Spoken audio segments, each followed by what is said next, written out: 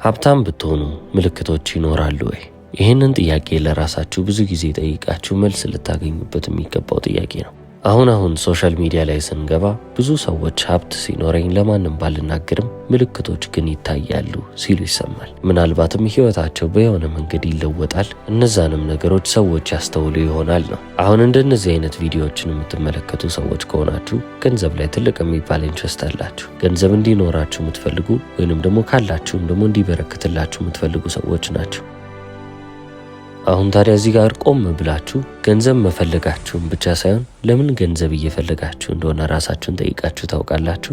መልሳችሁ ምናልባት አዎ ሊሆን ይችላል። ሰዎችም ብዙ ጊዜ ሀብታም መሆን የሚፈልጉበትን ምክንያቶች ልነግራችሁ ነው። የመጀመሪያው ወላጆቻቸውን ጡረታ ለማስወጣት ወይንም ደግሞ ለማሳረፍ፣ ሁለተኛው ደግሞ ዓለምን ለማየት ለመዞር፣ የጊዜ ነፃነታቸውን ለማግኘት፣ የማይፈልጉትን ስራ ከመስራት ለመቆጠብ። አሁን ላይ ግን አብዛኛው የሚባለው ሰው ብር ማግኘት ከጀመረ ብር እንዳለው የሚያመለክቱ ብዙ መረጃዎችን፣ ብዙ ፎቶዎችን፣ ብዙ ጽሁፎችን የሚለቅ አይነት ሰው መሆን ነው የሚፈልገው። ምናልባትም በጣም ቅንጡ የተባለውን መኪና ሊገዛ ይችላል፣ የሚያማምሩ ልብሶች ወይንም ደግሞ ብዙ ጊዜ የሰው እጅ ላይ የማይገኙ ሰዓቶች። ብቻ በዚህም አለ በዚያ ሰዎች ሀብት እንዳላቸው ማሳየት ከፈለጉ በብዙ መንገድ ሊያደርጉት ይችላሉ።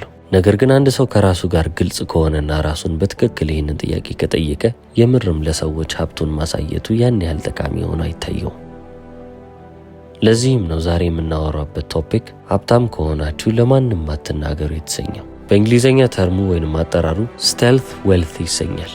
ጉግል ላይ ይህንን ተርም አስገብታችሁ ብትመለከቱ the practice of keeping one's financial success private and avoiding flashy spending ይላል። አንድ ሰው የገንዘብ ስኬቶቹን እንዳለ ለራሱ ብቻ ይዞ ማለትም ለማንም ሳይናገር ገንዘብ እንዳለው የሚያመለክቱ የሚያብለጨልጩ ነገሮች ላይ ገንዘብ ማውጣትን ማቆም ማለት ነው። ስለዚህ አሁን ይህ ባጭሩ እናንተ ሀብታም መሆን ትፈልጋላችሁ፣ ነገር ግን ደግሞ ማንም ሰው መጥቶ የእናንተን ሀብት እንዲያውቅ አትፈልጉም እንደማለት ነው። በስማችሁ የተመዘገቡ ንብረቶች፣ በአካውንታችሁ ውስጥ ያለው የገንዘብ መጠን፣ እነዚህ ነገሮች እንዳለ ፕራይቬት ማተር የሚባሉ ናቸው። የራሳችሁ የግል ኢንፎርሜሽን ማለት ነው። ከእናንተ ውጭ ማንም ሊያውቅ አይገባም። ዓለማችን ውስጥ በጣም ታዋቂ የሚባሉ ቢሊዮነሮችንም ብትመለከቱ ከተማ ውስጥ እንደ ማንኛውም ሰው ሲንቀሳቀሱ ታያቸዋላችሁ። ብዙም የሚያብለጨልጭ ነገር አይለብሱም። ለምሳሌ ጄፍ ቤዞስን ብትመለከቱት በመጀመሪያዎቹ ዓመታቶች ላይ ቀለል ያለች ሆንዳ መኪና ይዞ ሲንቀሳቀስ ነበር የሚታየው። በጊዜው ሀብቱ ወደ 10 ቢሊዮን ይጠጋ ነበረ። የዛኔ ታዲያ በጊዜው ጋዜጠኞች ወደሱ ይመጡና ለምንድነው 10 ቢሊዮን እያለ ይቺን ሆንዳ መኪና በየቀኑ ምትነዳት ይሉታል። እሱም ኤግዛክትሊ እንዲህ ብሎ መለሰ፣ ኢትስ አ ፐርፌክትሊ ጉድ ካር፣ በጣም አሪፍ የምትባል መኪና ነች። ታዲያ ይህ ኢንተርቪው በ1999 ዓመተ ምህረት ነበረ።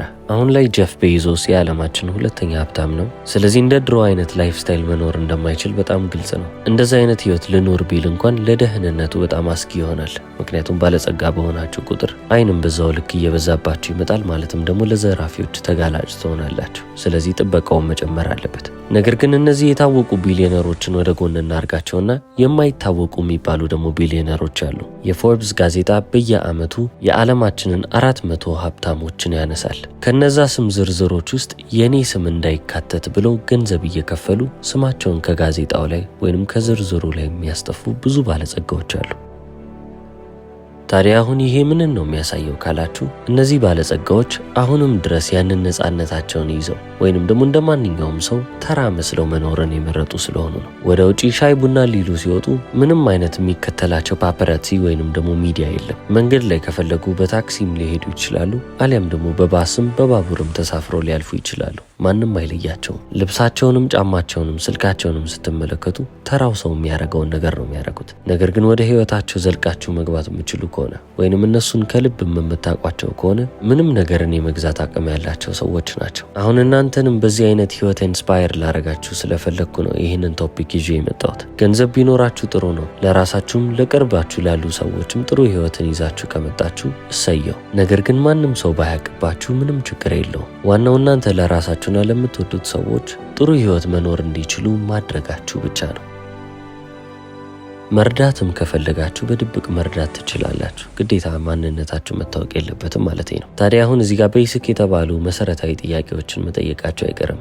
ገንዘብ መግዛት የሚችለውን ማንኛውንም ነገር መግዛት እየቻልኩ ለምንድን ነው እንደ ማንኛውም ሰው ተራ ሆኜ መኖር ያለብኝ ብላችሁ ታስቡ ይሆናል። የመጀመሪያው ምክንያት ቅድም በጄፍ ቤዞስ ያነሳውላችሁ ጉዳይ ነው። ሴኩሪቲ ወይንም የደህንነታችሁ ጉዳይ። ብዙ ገንዘብ እያካበታችሁ በመጣችሁ ቁጥር እውቅናችሁን በዛው ልክ እየጨመረ መምጣቱ ያለ ነው። ሁሉም ጋር የተለመደ ነው። እውቅናችሁ እየጨመረ በመጣ ቁጥር ደግሞ የእናንተ ገንዘብ መያዝ ለእናንተ ሸክም እየሆነባችሁ ይመጣል። የምትጎዱበት መጠን እየጨመረ ነው እንጂ የሚሄደው ከዛ ካገኛችሁት ገንዘብ የምታገኙት ነገር ያን ያህል እናንተን አያስደስታችሁ። አሁን በቅርቡ እንኳን የአሜሪካው FBI ለብዙ NFL አትሌቶች እባካችሁ ጨዋታ ስትጫወቱ ቤታችሁ ሴኩሪድ እንደሆነ ወይንም ደግሞ በደንብ እንደሚጠበቅ አረጋግጣችሁ ግቡ እያሉ ብዙ መግለጫዎችን ሲያወጡ ነበር።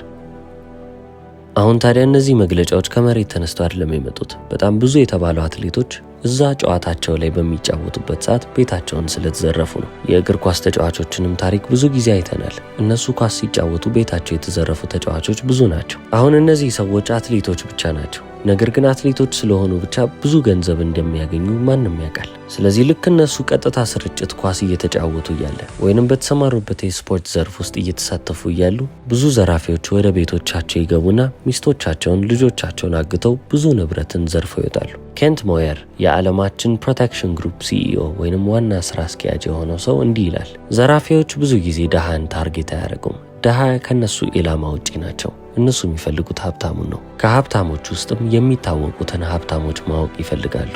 ምክንያቱም የሚታወቁ ከሆኑ አድራሻቸውንም ለመለየት ያን ያህል አይከብዳቸውም ይላል። አሁን ዘራፊዎች ብቻ ሊያሳስቧችሁ አይገባም። ይሉኝታ ያለባችሁ ወይንም ደግሞ ሰውን ልጅ እምቢ ማለት የማትችሉ ሰዎችም ከሆናችሁ የሀብታም ህይወት ለእናንተ አይሆንም። ምክንያቱም ሀብታም ስትሆኑ በጣም ብዙ ሰዎች እናንተ ጋር ለገንዘብ መምጣታቸው አይቀርም። ስለ አንድ ሰው ላጫውታችሁ። ቢሊ ቦብ ሄረል ይሰኛል። እንደ ፈረንጆቹ አቆጣጠር በ1990ዎቹ ዓመተ ምህረት በሎተሪ ወደ $31 ሚሊዮን ሊያሸንፍ ቻለ። በጊዜው የ47 ዓመት ጎልማሳ ነበር። ስለዚህ ይሄ ገንዘብ ቤተሰቦቼንም እኔንም የተሻለ ሁኔታ ላይ ያስቀምጠናል ብሎ አስቧል። የምስራች የተባለው ዜና ለሱ ህይወት ትራጀዲ መሆን ጀመረ። በሚኖርበት አካባቢ ላይ እሱ ሎተሪ እንዳሸነፈ ወይንም ደግሞ ሀብታም እንደሆነ ሁሉም ሰው አወቀ። ይሉኝታ በጣም የሚያጠቃው ሰው ነው። ስለዚህ እምቢ ማለትን የሚችል ሰው አልነበረም። በቃ ገንዘብ ያስፈልገኛል፣ ቸግሮኛል ላለ ሰው ሁሉ ገንዘብ ይሰጣል። በሚሊዮን የሚቆጠሩ ዶላሮችንም እዛው አቴንድ ለሚያደርገው ወይንም ብዙ ጊዜ ለሚያዘወትረው ቤተክርስቲያን ሰጥቷል። ታዲያ ዝም ብሎ ገንዘብ እያነሳ ለጠየቀው ሁሉ መስጠቱ ሚስቱን እያናደዳት መጣና በዚህ ምክንያት ትዳራቸው ሊፈርስ ችሏል። ስለዚህ አሁን እሱ ያሸነፈውን የቀረውንም ገንዘብ ግማሹን ለሚስቱ ማስረከብ ነበረበት ማለት ነው። ፍርድ ቤቱ እንደዛ ያዛል። ታዲያ ሎተሪውን ካሸነፈ ከ8 ወር በኋላ ትዳሩ ፈርሶበታል። ከዛ በኋላ ያሉትንም ጥቂት ዓመታቶች ያቺን ገንዘብ አሟጦ ጨረሳት። ከዛም በላይ አልፎ ደግሞ ዕዳ ውስጥ ሊገባ ቻለ። በጊዜውም ይህ ሎተሪ አሸናፊ አንድ ነገር ሲያወራ ተሰማ።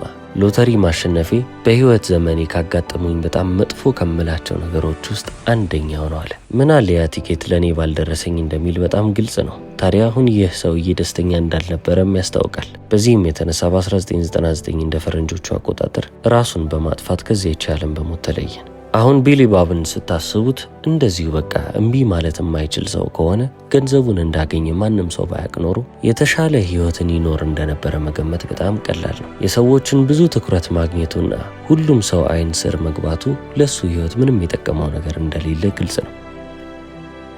ለዚህ ነው ብዙ ጊዜ ሀብታም ስትሆኑ ለማንም አትናገሩ ወይንም ዝም በሉ የሚባለው። ሀብታችሁን ገልጻችሁ ማሳየታችሁ ወይንም ሰዎችም ስለ እናንተ ሀብት ማወቃቸው እናንተን ከሚጠቅማችሁ በላይ እየጎዳችሁ የሚሄድ ነገር ነው። ይህን ያህል ገንዘብ ማግኘታችሁ እናንተን የሚያስደስታችሁ ነገር ከሆነ ማታ ማታ ከመተኛታችሁ በፊት ባንክ አካውንታችሁን ከፍታችሁ አይታችሁ ጎበዝ አንበሳ እያላችሁ ለራሳችሁ እየተደሰታችሁ ብተኙ ይሻላል። ሰዎች ማወቃቸው ሊትራሊ ለእናንተ ምንም የሚሰራላችሁ ነገር የለም። ሌላኛው ምክንያት ደግሞ በጣም ግልጽ ይመስለኛል። ብዙ ሀብታም ሰዎችም የሚቸገሩበት ነው። እኔ ሀብታም እንደሆንኩ ስላወቁ ነው ሰዎች የቀረቡኝ ብሎ ያስባሉ። ይህም ደግሞ ትክክለኛ ኮንሰርን ወይንም ደግሞ የሚያሳስብ ጉዳይ ነው። ምክንያቱም ብዙ ሰው ገንዘብ እንዳላችሁ ከሆነ ምናልባትም ገንዘብ ስላላችሁ ቀርበዋችሁ ቢሆንስ እንዴትስ ልታረጋግጡ ትችላላችሁ? አይምሯችሁስ በምን አይነት ሁኔታ ውስጥ ሊቀመጥ ይችላል? አሁን እናንተ ሀብታችሁን ግልጽ አድርጋችሁ የምታሳዩ ሰዎች ከሆናችሁ ወይንም ደግሞ ሶሻል ሚዲያ ላይ ፍሌክስ የምታደርጉ ከሆነ ይህ እናንተን በትልቁ የሚያሳስብ ጉዳይ ይሆናል። የሚተዋወቋችሁ ሴቶች እንዳለ ለገንዘብ የፈለጓችሁ ይመስላችኋል። እነዛን ነገሮች ማድረግ ከጀመራችሁ በኋላ ማለትም ደግሞ ሀብታችሁን ማሳየት ከጀመራችሁ በኋላ ሰውን ማመን ታቆማላችሁ። ምክንያቱም እናንተም ሀብታችሁን ለማሳየት እየሞከራችሁ ያላችሁት ከሰው ልጅ ቫሊዴሽን ለማግኘት ስለፈለጋችሁ ነው። ያቺን ማረጋገጫ ደግሞ ከሰዎች የምትጠብቁ ከሆነ ማንነታችሁ በአጠቃላይ የተገነባው እዛች ገንዘብ ወይንም እዛች ሀብት ላይ ነው ማለት ነው። የሚቀርቧችሁም ሰዎች ሊፈረድባቸው አይገባም። እናንተ ሁሌም የምታሳዩት ነገር ፍላሽ የሚባሉ ነገሮች ወይንም የሚያብለጨልጩ ነገሮችን ከሆነ የእነሱን ፍላጎት ቀልባቸውም የሳባቸው ጉዳይ ያ ነገር ይሆናል። ስለዚህ አሁን በሌሏችሁ ግንኙነቶች ላይ ብቻ ሳይሆን የነበሯችሁንም ግንኙነቶች በምን ያህል መጠን አፌክት ሊያደርጉ ወይንም ተጽዕኖ ሊፈጥሩባችሁ እንደሚችሉም ደግሞ እንመልከት። ወደዳችሁም ጠላችሁም የሰው ልጅ እናንተ የፈለጋችሁትን ነገር እንዳለ ይፈልጋል። አብዛኛው ጊዜ ጥሩ ነገር ነው ብላችሁ የተመኛችሁት ነገር ሌላም የሰው ልጅ የሚፈልገው ነገር ነው። ታዲያ አሁን ይሄ ለእናንተ ግልጽ ከሆነ በዚሁ በተመሳሳይ መንገድ ደግሞ የሰው ልጅ ለሌለው ነገር እየቀና ወይንም ይሄ ነገር የኔ ቢሆን እያለ ማሰብን መጀመሩ አይቀርም። ያ ጓደኛ የልብ ጓደኛችሁም ቢሆን ባይሆን ይሄ በጣም ናቹራል የተባለ ባህሪ ነው። የሰው ልጅ በሙሉ በዚህ መንገድ ነው እንዲያስብ የተፈጠረው። የቅርብ የተባለው ጓደኛችሁ እናንተ ባገኛችሁት ስኬት ባይቀናም ለእናንተ በጣም መልካም የተባለ ምኞቱን ከልቡ ቢመኝላችሁም የሆነ ጎኑ ላይ እንደዚህ አይነት ነገር ግን እኔ ባሳካ ምን ይሆን እያለ ማሰቡ አይቀርም። ህይወቴ በምን ያህል መጠን ሊለወጥ ይችላል ብሎ ማሰብን ይጀምራል። አሁን ይሄ ከእናንተ ህይወት ጋር የሚያገናኘው ነገር የለም። በእናንተም ቀንቶ አይደለም። የሰው ልጅ በተፈጥሮ የሚያገኛቸው ወይንም ሊሰማቸው የሚችላቸው ኢሞሽኖች ናቸው። ስለዚህ አንዳንድ ጊዜ እናንተ ካላችሁበት አካባቢ ወጣ ስትሉ እየተለያችሁ ስትመጡ አካባቢያችሁ ላይ ይህንን የቅናት ስሜት ሃርቨስት እያደረጋችሁ ወይንም እያጨዳችሁ መምጣታችሁ አይቀርም። ምክንያቱም እነሱ ዓለምን በሚመለከቱበት መንገድ እናንተ እየተመለከታችሁ አይደለም። ከነሱ ጋር በቃ አልተገናኛችሁ ማለት ነው። ለዚህ ነው ስለ ገቢያችሁ ወይንም ደግሞ ስለ ማንኛውም ነገር ከሰው ጋር ሼር አታርጉም ምለው። ከመጀመሪያውም የጠነከረ ግንኙነት ካላችሁ ያንን እያስቀጥላችሁ ትሄዳላችሁ። አሁን ከዚህ ባሻገር ሊያሳስባችሁ የሚገባው ነገር ምንድነው ካላችሁ ለሌላ ሰው የሚወጣው ወጪና ለእናንተ የሚወጣው ወጪ ተመሳሳይ ወጪ ላይሆን ይችላል። ለሌላ ሰው 100 ብር ቻርጅ የሚያደርጉ ሰዎች አሁን እናንተ ገንዘብ ስላላችሁ ብቻ ገንዘብ አለው እኮ ለሱ እኮ ምንም ማለት አይደለም ብለው 300 መጠየቅ ይጀምራሉ። የምታገኙት ሰርቪስ ላይ ምንም አይነት ልዩነት አታገኙ። ነገር ግን እናንተ ፋይናንሻሊ ከነሱ የተሻለ ሁኔታ ላይ ስላላችሁ ብቻ እናንተ እየተበደላችሁ ትመጣላችሁ። መክፈል የሌለባችሁን እየከፈላችሁ ትመጣላችሁ ማለት ነው። ስለዚህ ያን ያህል አድቫንቴጅም አትስጧቸው። እናንተ ስንት እንደምታገኙ ወደሚያስጠይቃቸው ጥያቄ ልትሄዱላቸው አይገባም። የምታወሩት ነገር ስለ ገንዘብ እንዳይሆን። የግል ፋይናንስ ለግል ነው፣ በቃ ለራሳችሁ ያዙት። አሁንም የገነባችሁትን ሀብት ለማንም አለመናገራችሁ የሚጠቅማችሁ ሌላ አራተኛ ምክንያት ምንድነው ካላችሁ እናንተን እንደ ሰው ልጅ ያረጋችኋል። ገንዘብ ስላላችሁ ብቻ የተለያችሁ ሰው እንዳልሆናችሁ እንድትገነዘቡና አሁንም ሀምብል እንድትሆኑ ትሁት እንድትሆኑ ያስተምራችኋል።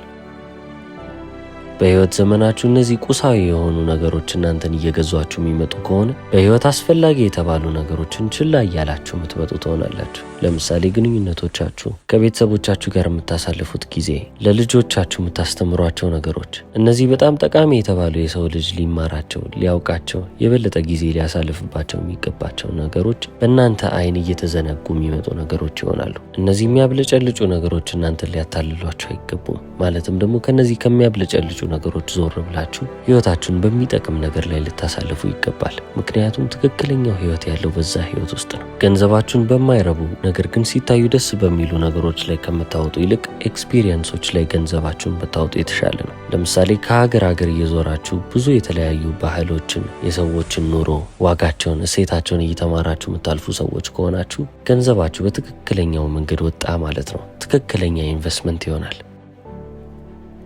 በተመሳሳይ ሁኔታ አሁንም ደግሞ ገንዘባችሁን በምትወዷቸው ነገሮች ላይ ማውጣት ትችላላችሁ። መሳል የሚያስደስታችሁ ከሆነ ይህንን ስኪላችሁን፣ ይህንን ክህሎታችሁን የሚያዳብሩላችሁን ነገሮች በገንዘባችሁ እየገዛችሁ ትመጣላችሁ። ለምሳሌ ጥሩ አስተማሪ መቅጠር ከሆነ፣ የሙዚቃ መሳሪያ መማር ከፈለጋችሁ አሁንም ለዛ ኤክስፒሪየንስ ብቻ ብላችሁ የምታወጡት ገንዘብ እናንተን እየጠቀመ የሚመጣ ነገር ነው። ማለትም ደግሞ ትርጉም እየጨመረላችሁ ይመጣል እንጂ መቼም ቢሆን አያጎልም። በስተመጨረሻም በሞት አልጋችሁ ላይ ተኝታችሁ የምታስቧቸው ነገሮች ወይንም ጠቅመውኛል ብላችሁ ይሄ ነገር እንደ ትውስታዬ ነው፣ ይህን በማድረግ ደስተኛ ነኝ ብላችሁ የምታስታውሷቸው ነገሮች እያረጋችሁ ታልፋላችሁ። ብዙ ክፍሎች ያላቸውን ቤቶች ወይንም ደግሞ መኪኖች፣ ልብስና ጫማዎች፣ እነዚህን ሁሉ ነገሮች ገዝታችሁ ግን የሞት አልጋችሁ ላይ ስትሆኑ እነዛን እያሰባችሁ አትቀመጡ። ነገር ግን እንደዚሁ ደስ የሚላችሁ ነገር ካለ ይህንን ነገር ብገዛው ደስ ይለኛል ብላችሁ ያሰባችሁት ነገር ካለ ግዙትና አስቀምጡት። ምንም ችግር እኮ የለውም። ነገር ግን ሲበዛ ነው መጥፎ። የፈለጋችሁትን መኪና አትንዱ እያልኩ አይደለም።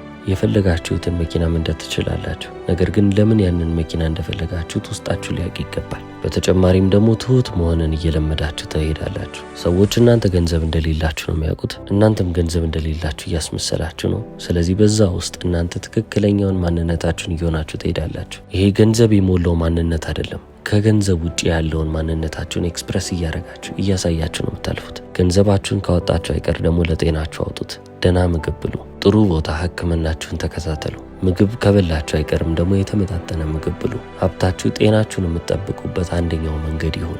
ራሳችሁን በአንድም ሆነ በሌላ መንገድ ከላይ እስከታች ሙሉ ጤንነታችሁን አስጠብቃችሁ ለመሄድ የሚያደርጋችሁን የሚጠቅማችሁን እያንዳንዱን ነሰሰሪ ወይንም አስፈላጊ ያላችሁትን ነገር እንዳልወሰዱ። አልጋ ላይ ፓራላይዝድ ሆናችሁ $100 ሚሊዮን ቢኖራችሁ ምንም አይሰራላችሁ። ስለዚህ ከመታመማችሁ በፊት ገንዘባችሁ እናንተን ያገልግል። ምንም ያህል ጤናችሁ ላይ ገንዘብ ብታወጡ ሰዎች እናንተ ምንም እያወጣችሁ አይመስላቸውም። ሰዎች የማያስተውሉት ነገር ግን በጣም የሚጠቅሟችሁ ነገሮች ላይ ገንዘብ እያወጣችሁ ነው ማለት ነው። ያ ነው አስፈላጊው ነገር። ከዚህ ቪዲዮ ብዙ ነገር እንደተማራችሁ ተስፋ አረጋለሁ። እስከ መጨረሻው ስለተከታተላችሁ አመሰግናለሁ። ቻው።